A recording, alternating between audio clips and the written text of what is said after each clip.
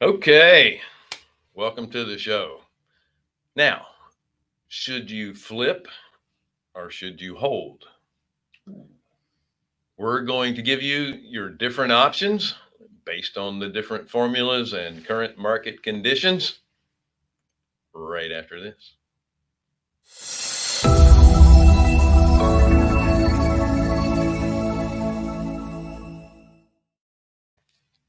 Hi, everyone. Welcome to the Passive Income Active Wealth Show. I'm Bill Fairman. This is Jonathan Davis. Wendy will be joining us eventually. We're holding her spot. We are Carolina Capital Management. Our website is carolinahardmoney.com. If you're an investor looking for passive returns, click on the investor tab. If you're a borrower, because we do lend money, that's what we do, click on the apply now tab, correct? If you want to apply now. By the way, don't forget to subscribe, share, follow us, like us, click the little Subscribe again. yes, and I think there's a little bell to ring as well, right? I think there is a bell. Yeah, I'm not sure what that goes to, but So this is our Ask an Ugly Question segment, but they don't always have to be ugly questions. If you have a question for us, you guys can participate as well. So go to the, and it depends on what platform you're on. There's a chat either to the right of your screen or underneath. And put in your question. We'll be happy to answer that. So, the tease. everyone likes the tease. Should you flip or you know what? I'm not getting into that. Hang on.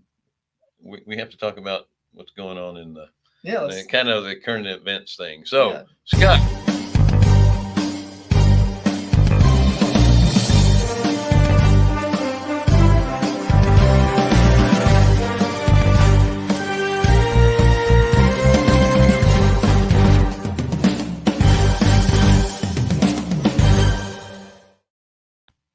We are so professional.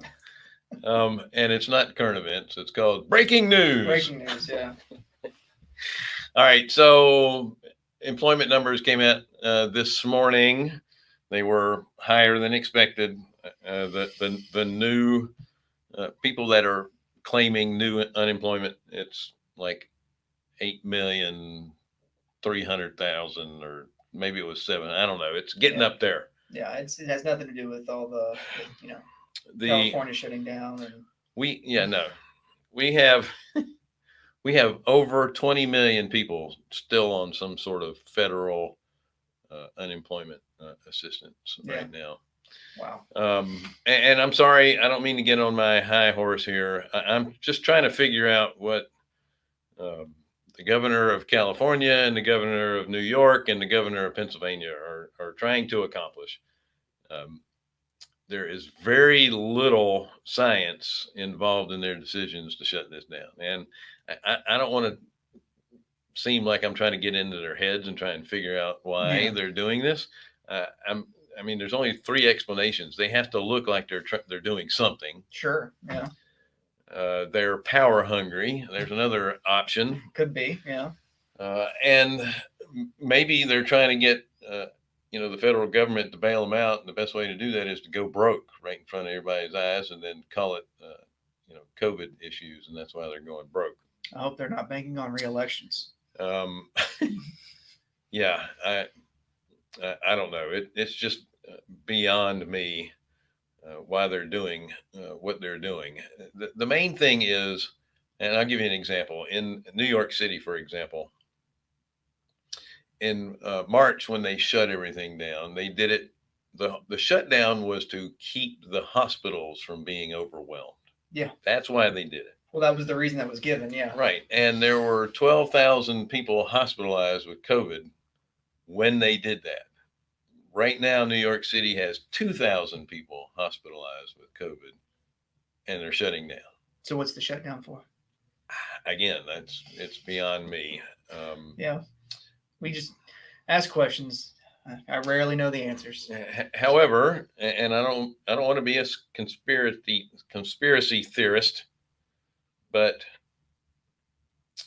your big high tech firms that benefit from lockdowns.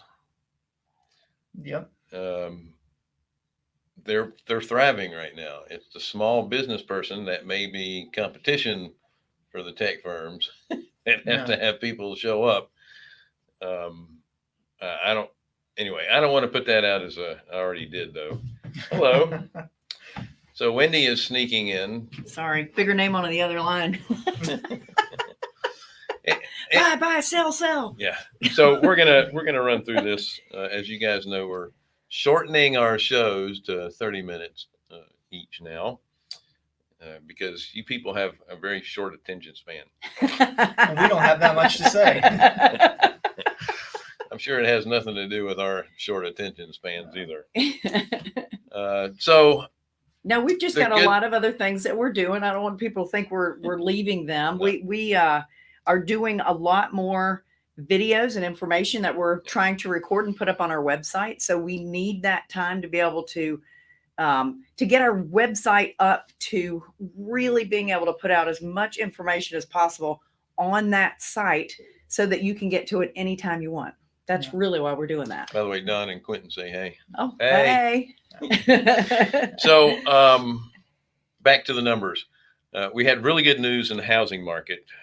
They had 1,300,000 housing starts in the month of November. Oh, I believe it. Part of our biggest issue and why prices keep going up is that there's a lack of inventory. So they're working hard to do that. Also, permits have gone up about the same for the month as well. Yep. So they are at least trying to address supply. Their biggest issue is going to be, can they build them in the affordable housing markets at enough of a margin to make a profit? Well, that's what's so tough. Buying that land, finding the land at a worthy price is what's tough. Yep. But the good news is rates are low. And just after talking to you guys about the unemployment numbers, we're going to end up with and I hope it doesn't turn out this way, but right now we're going to have to be dealing with the haves and the have-nots, because you have a large segment of the population, again, 20 million that are unemployed, and they're not going to be able to participate in this really nice housing market unless they're sellers, and they're going to be able to make a profit when they sell their house, but they still have to go someplace. You still have to live somewhere, yeah. Right. That said, we talked about this in our CG mastermind, that one of the things that they haven't concentrated in the rental market is the single family, build to rent, and the apartment buildings are really oversupplied. So you have people leaving them. Certain classes are oversupplied. Well, the A for sure is. When you're building them right now, that seems to be that they're only building A class. Right, Yeah. right. That said, you have people fleeing apartments because they're trying to social distance, or they want to have a yard for the kids to play in, since nobody wants to. They want put an them in office to school. work in and not have to listen to their kids. Yeah. Anyway, That's my excuse. A lot of people are moving to single family, and they're moving out of the major MSAs. So apartment rents are on the decline. Single family rents are on the increase. So yes, but it is very geographically specific. Yeah. I mean, you have Northeast and West rents lowering on the apartment side. Right. You actually have Southeast rents rising on the apartment side. Yeah. So I just want to be do- specific about that. It is the location. Well, Yeah, part of very that much. part of that has to do with there's very little inventory in the single family, so they have to rent apartments. they have to rent until Till they can find a place. Exactly. So exactly. there's good news there on both fronts. But one of the markets that was neglected is the build to rent side of things. So you're right. They started doing that 4 or 5 years ago. It was kind of a big thing to start with the single family build to rent programs. It kind of petered out a little bit. And now it's back with a vengeance, right? Well, you had specifically the millennial group that saw their parents. It's like he has a distaste for them. No, The no. millennial I'm group. saying the group because there's a wide range of ages Yes. in the millennial group. I don't know what you call them, but Yeah. a lot of them grew up seeing their parents going into foreclosure Mhm. and whatnot, and they just didn't want to own because they were afraid. They didn't want to see that happen to them, so Right. they decided that they're just going to rent. So that's why you had the big push in the single family rentals. Now um, you're going to have a big push in rentals because there's going to be a group of us that aren't going to be able to buy a home and participate in this boom. There's going to be a whole other group that can work from home and haven't been affected, Mm-hmm. and they're taking advantage of it, and they're moving to areas that are less costly, and they can get more for their more bang for their buck, so to speak. Oh, yeah. I mean, All right. I'm working on, gosh, I don't know, 4 portfolio loans to close. And a portfolio loan A is portfolio. I mean, it has multiple properties in it. So the ones I'm working on are between probably 15 and 50, and that's properties. single family units. Single family, or they could be townhomes. It's not condos. It could be townhomes, duplexes, Mhm. quads, stuff like that. So working on those, and every single one of them 100% occupied. Mm-hmm. 100% occupied. Yeah. Nice. Yes. I have a house with my partner Darren that we were going to rent it out. We were trying to decide, should we sell it, should we rent it? So we had a Section 8 person approach us wanting to stay there. It's a 2-bedroom. She's moving out of a 3-bedroom apartment complex, wants to get into a house because she's more comfortable in a house and she can deal with the 2-bedroom. And the voucher, we were renting it for $975. The city of Rock Hill just called me to tell me that her voucher was only going to be $821. Bill, everyone can see you on your phone. I was making sure that I turned my volume down so we wouldn't get interrupted. so interested in everything I have to in say. the class, down there. I've heard it all. Anyway, I think we're going to see what she was saying. The woman from Rock Hill that works for the city was saying that the vouchers for Section 8 tenants have not caught up with the increase in rents. Sure. And that she has a lot of people that are sitting in that situation where they can't afford what's out there anymore. So, that's going to be another blip that's going to occur. That's one of the curses of a rising values. Mm-hmm. Yeah. And sometimes it benefits the sellers, sometimes Right. it benefits the buyers. Right. It just depends on which way the market's going, and there's not a lot you can do about it other than move a little further out. Yeah. Yeah. But with a lot of folks that do have Section 8 vouchers, transportation becomes an issue. Right. So there's only so far out you can go. Yeah. All right. Out without your own car. So yeah. I hate to move this along, but we need to move this along. So let's get to, should I flip or should I hold?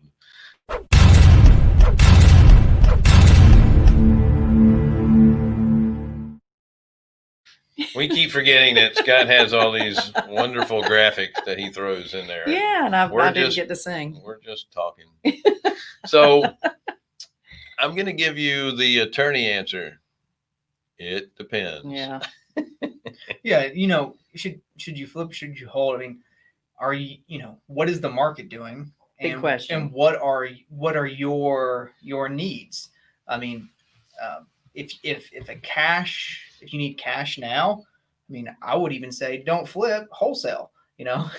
That's a quicker way of getting cash. Or hotel. Yeah.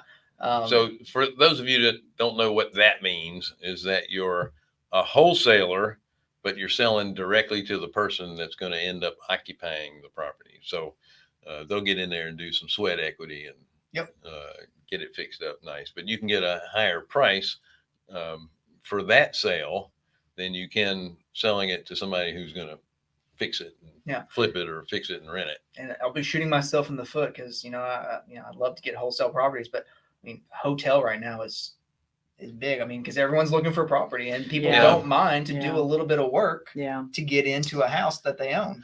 But it's the same thing that you have when I was in the retail mortgage industry. when refinances start piling in, Mhm. don't forget about your realtors. Yeah.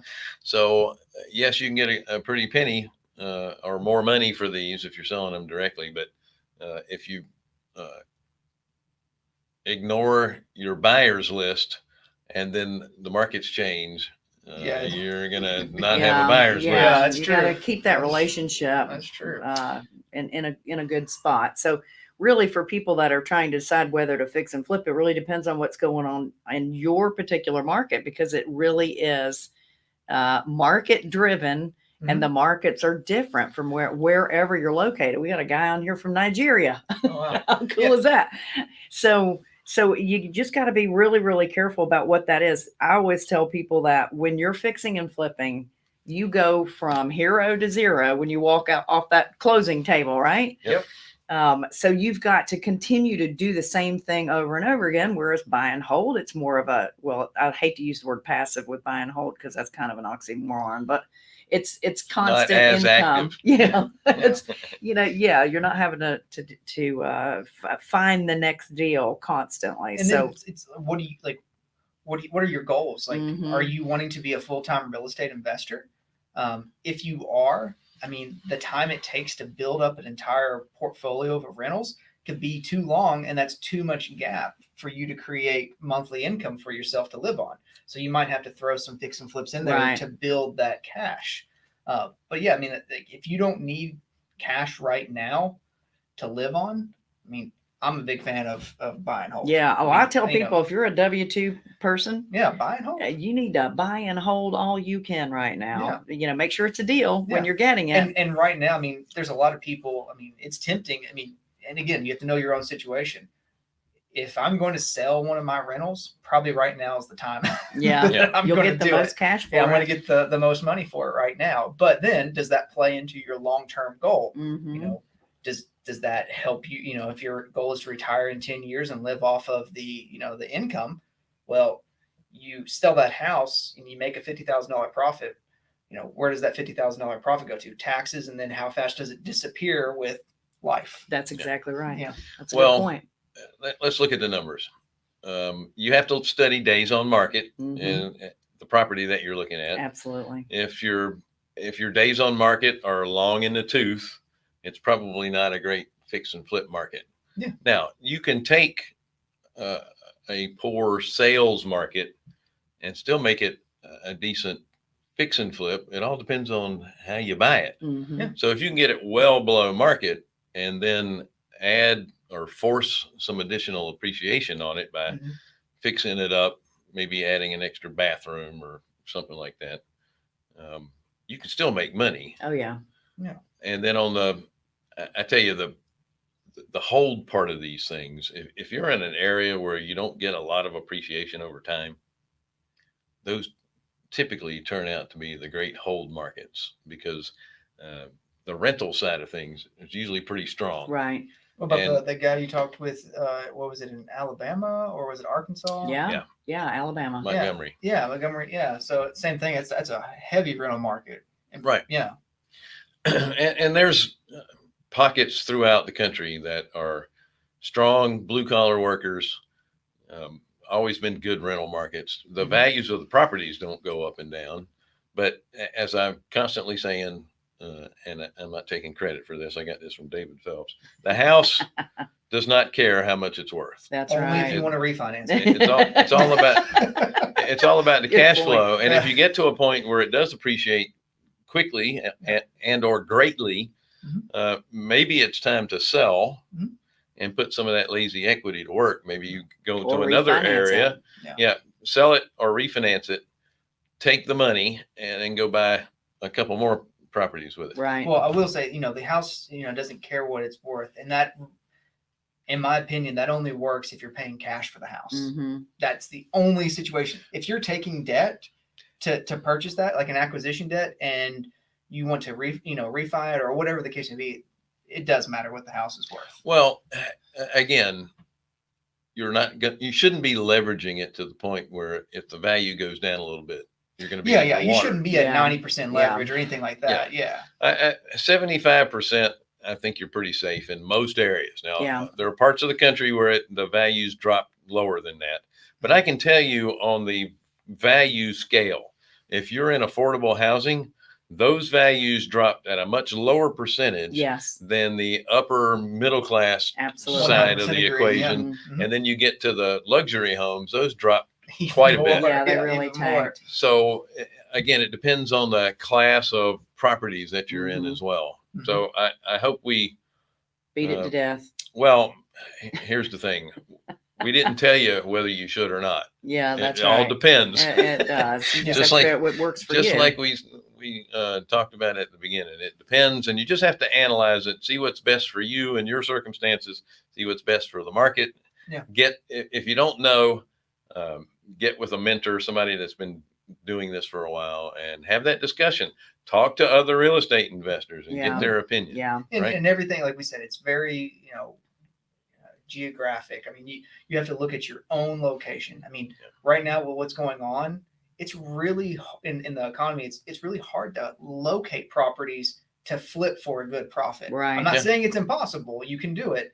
It's more difficult now than it was 4 years ago, Yeah. or 3 years ago, Yeah. or even 2 years Listen, ago. there's a lot of competition out there with some serious marketing Yeah. behind it. Right. Yeah. Right. A lot of lazy money. So that's, So that's what- where we're seeing we're having a lot of people buy whole portfolios Yeah. of rentals. Yeah. That's where I'm seeing. I mean, I'm doing one where the guy bought it through seller financing, and I mean, he's probably at below 50% loan to value. Yeah. Don't Yeah. run from those deals because they can really be some great deals. And You're going you to don't get have to- some junkers in there, but And you it's don't have worth to take it. down every property. If you can take the whole portfolio and then sell portions Yeah, of it to peel other it off. investors, Mhm. I mean, you can take what you want and then sell off the others. That's right. Just be careful if you're doing the financing part comes into play there, being able to carve out pieces and how much you're going to have to pay back Very true. whoever the lender is. You have to They- discuss what those values would be if you were to cut some out. And because sometimes they'll put in the contract there that you have to pay 120%. 80% Yeah. or even maybe more, 120%. Yeah. Typically, a release schedule for a property from that is usually between 115 and 125%. Yeah. The strategy that I would employ would be I would do it at closing. So I would have the other investors come in, and you basically just bifurcate that contract and those properties out of that contract at closing, and you take, you get your lender or your cash, whatever it is. You take the 6 that you want, and the other 6, you have these other lenders or these other borrowers come in and take those guys Right. out. And I love the way that Jonathan was able to slip in the bifurcate. His big word of the day. That's good. That's good. We saw there's a message there from Dawn saying that there are no Wednesdays with Wendy open, and I apologize for that. I will go in and open up some February and March dates. I wasn't sure what February was going to look like with our masterminds, and we just got that in recently. So I'll open those back up. I apologize. That'll happen today. No, she's just so popular, she has nothing left. So I booked let's get to myself. our next question because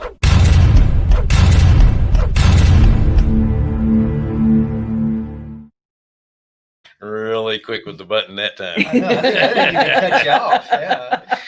Okay, so are there tax consequences with lending hard money? Once again, it depends. Consult your CPA and your attorney. So typically when you're getting income, and we're talking about if you're lending the money, if you're lending money, you're getting ordinary income. Interest is It's ordinary just- income. Just straight interest income. Mhm. So yes, there are tax consequences involved in lending. You have to pay tax on the ordinary income. Now, if you're doing it out of your IRA, is there? Well, that's what I was going to say. There are ways to minimize your tax liability is to lend out of your IRA and pay cash for properties. Because if you buy real estate with your IRA, there are depreciation and other things that you can deduct from your returns, which you can't if you do it in your IRA. Mhm. So try to maximize that tax strategy. Now, there are even more issues or possible issues. Again, I'm not an accountant, not an attorney. And he doesn't play one on TV. That's right.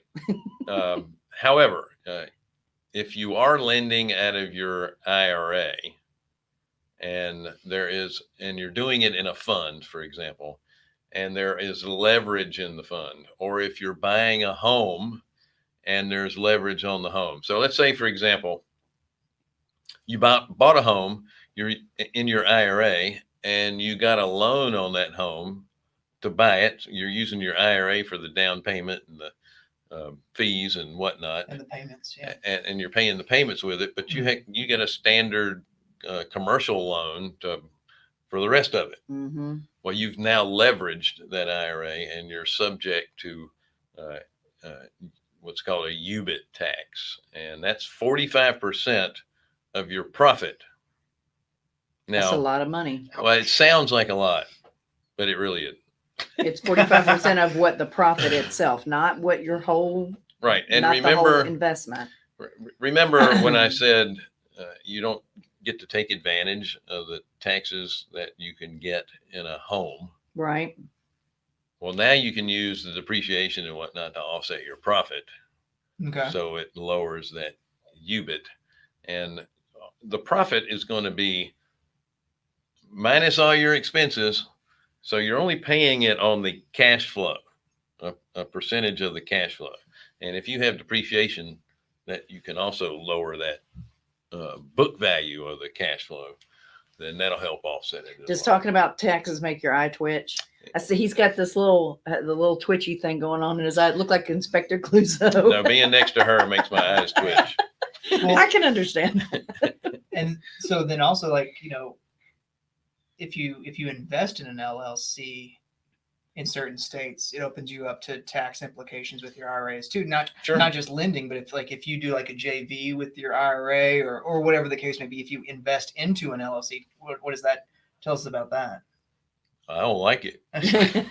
No, it's state specific. I know in South Carolina, Yeah. they don't recognize the tax exempt or tax deferred status of an IRA if you're using that to invest in a private placement. And so that would be any type of an LLC, any type of a company that you would invest in. Now, keep in mind, if you invest in a company, you can't have any managerial responsibility. You can't make any management decisions.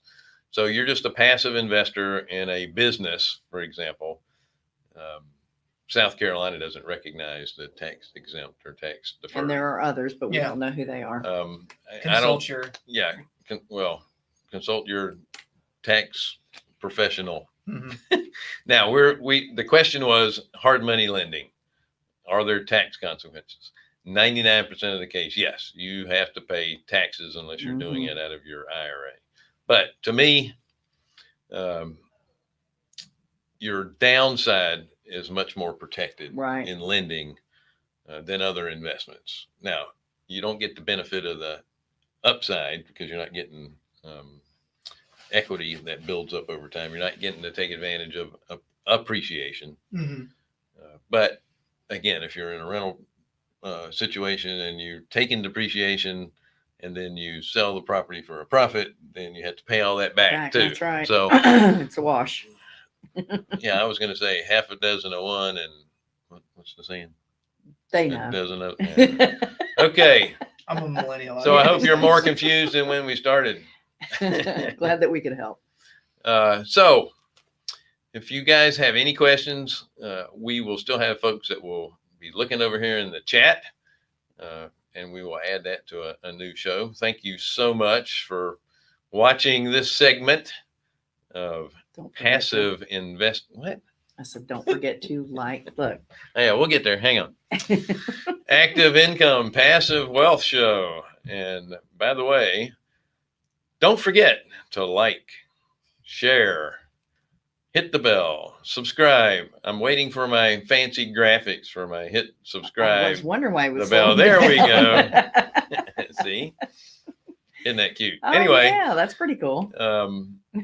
make sure you guys subscribe to the channel. Tell your friends. Hey, Mark. There's Mark. Good If talking to you he has a yesterday, good by the way. question.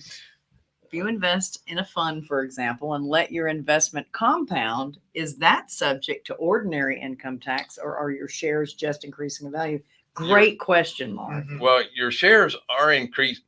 Your shares aren't increasing in value. Your shares are still the same value per share. You're paying tax on the money that you reinvest every quarter.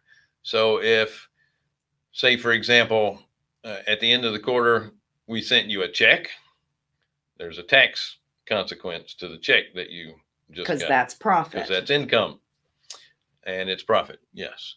The only difference is instead of taking that money and using it to pay bills with or whatever, you're adding it to the balance of your current investment.